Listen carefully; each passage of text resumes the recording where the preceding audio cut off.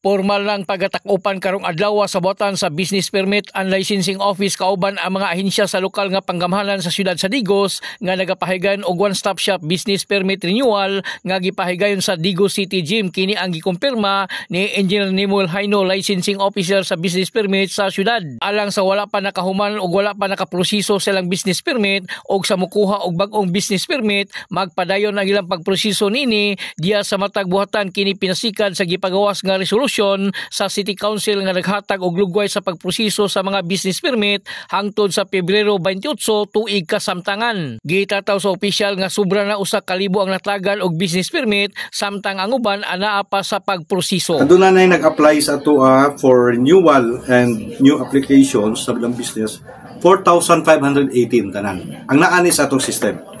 Ang atong na-release ani, so totally processed nga na-issuehan na to business permit is 1,728, 38%. Aduna tay 240 applications nga for assessment, for payment, 1,118 applications. Aduna pud tay 966 kabok application nga ginatawag na to for endorsement.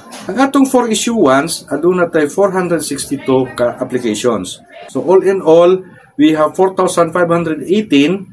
Ang atong na-issue is 1,720, 38%. Tungod kay kaning uban nga mga aplikante, naa pa sila mga requisitos o mga bolero na dapat nila pagabayaran. Samtang ang extension sa business permit taman sa Pebrero 28 sa mga negosyante nga mapakyas sa pag-renew silang business permit, magsagubang na og penalty. In the heart of changing lives, Joel Panilag Hirunggay sa 90.3 Brigada Digos, The Music and News Authority.